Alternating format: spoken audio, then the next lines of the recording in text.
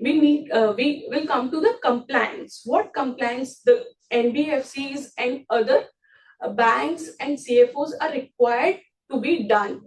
So provisions under PMLA provides that every reporting entity shall maintain a record of all transactions and documents evidencing the identity of its clients and beneficial owners, as well as account files and business correspondence related to its clients for a period of 5 years.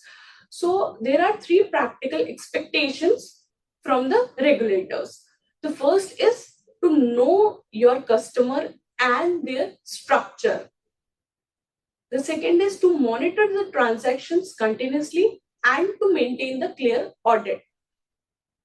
So under some particular sections and rules, RBI through their master directions time to time ask NBFCs to maintain their records.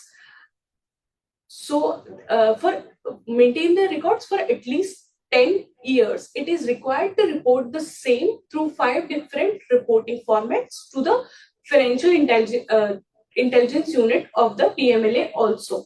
The first is manual reporting of their cash transactions, the manual reporting of suspicious transactions, consolidate reporting of cash transactions by the principal officer of the bank, electronic data structure for cash transaction reporting, and electronic data structure for the suspicious transaction reporting as well.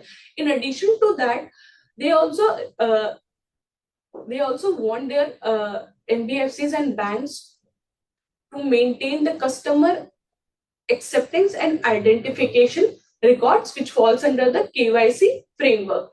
The reporting entities are required to adopt a risk-based customer acceptance policy, ensuring that no anonymous or fictitious accounts are opened and that identity is verified through officially valid documents or prescribed authentication mechanism. Then they also want to know the beneficial ownership verification. This is the critical compliance pillar, where you have to find the ultimate beneficial owner, the natural person who is ultimately owns or controls the client or on whose behalf a transaction is being conducted. And then ongoing due diligence must be there. The reporting entities must periodically update KYC records and reassess client risk categorization. This helps to find the continuous offense that of money laundering and system suspicious transaction reporting also, and then requires sanction screenings. And in the case of non-compliance, there are sections which will permit the director on finding a failure to comply with such reporting entity. They can issue warning in writing or direct compliance, or with specific instructions, or direct to send reports as a certain intervals, or impose monetary penalties.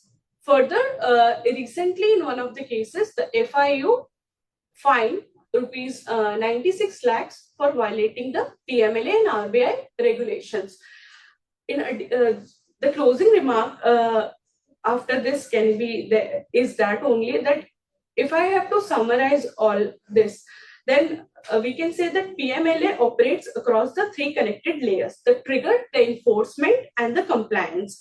You may not control the trigger, but you can absolutely control the compliance and the documentation. So it's better to have the clear documentation part on our side.